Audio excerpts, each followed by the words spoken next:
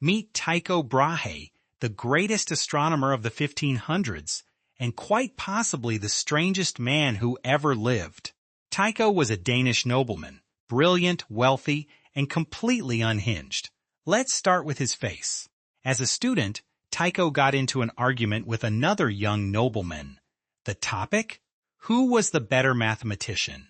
Naturally, they settled this maths debate the only sensible way, a sword duel, in the dark.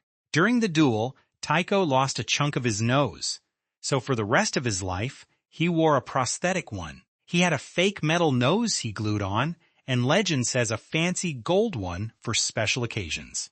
So, a genius astronomer with a detachable metal nose, and we're just getting started. The king of Denmark was so impressed by Tycho that he gave him his own island.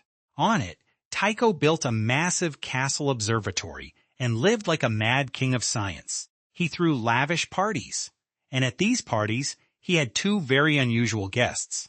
The first was a man named Jep, whom Tycho believed could see the future and who lived under the dinner table.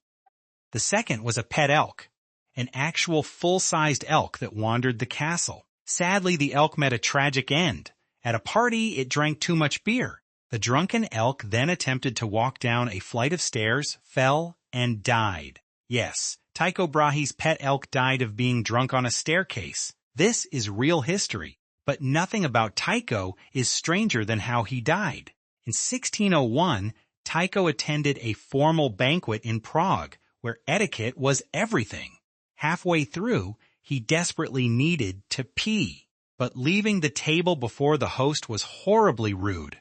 So Tycho, a nobleman to the end, simply held it for hours. This, it turns out, was a catastrophic decision for his bladder.